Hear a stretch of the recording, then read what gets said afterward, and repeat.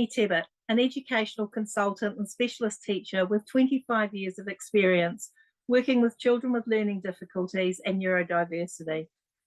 People often ask me what the difference between children who are underachieving and those who have learning difficulties is. The simple answer is that we now know students with learning differences and neurodiversity have underpinning cognitive weaknesses that are not present in other students.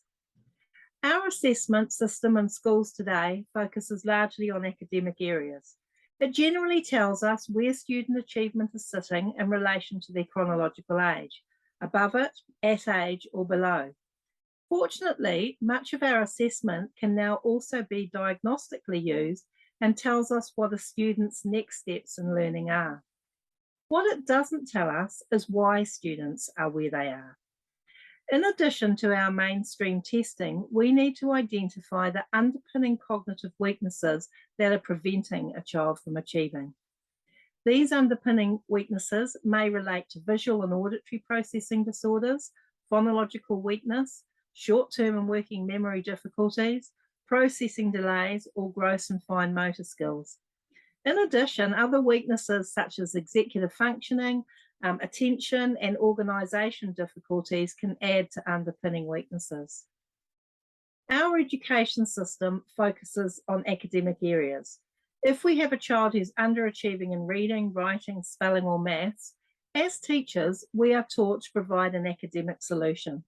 It might be with a different person or with a different program, but it remains based in reading, writing, spelling or maths. What we now know is that unless we identify and address underpinning weaknesses, our children are going to remain students who are well below their chronological age. The fact that many of our learners have often had 2 or 3 different remedial programs and work with different specialists without accelerated achievement gains is actually evidence for this.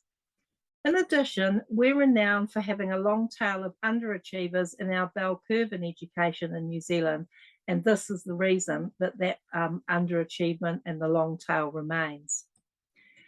Screening assessments are extremely useful in identifying underpinning weaknesses. Assessments done correctly can identify the characteristics of specific learning differences. They can also identify underpinning weaknesses. They point to clear next steps in learning for a child, and they can help determine whether further specialist assessment is needed. Currently, the cost of a screening assessment is less than 1/10 of a full cognitive and achievement assessment, and it can be the light on a lighthouse for determining the direction of learning and teaching for that child. More good news is that every teacher can be trained to undertake screening assessments that identify underpinning weaknesses. Students that are identified, diagnosed and remediated before the age of 8 are less costly and less difficult to remediate. In education, our next step after training teachers to identify underpinning weaknesses is to give training and teaching for underpinning weaknesses in mainstream classroom settings. Providing the right assessment and the right teaching is proven to accelerate achievement for at-risk student groups.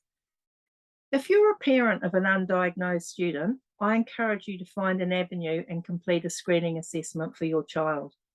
If you're a teacher or in a leadership role, I encourage you to train to undertake and analyse screening assessments with a skilled trainer.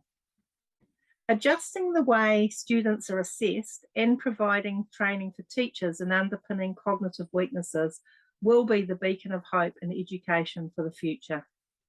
Our efforts to move to structured literacy to address phonemic and phonological weakness is the first example of this in a mainstream setting that we're seeing. I look forward to more of these changes and to working with everybody in the future to help facilitate those.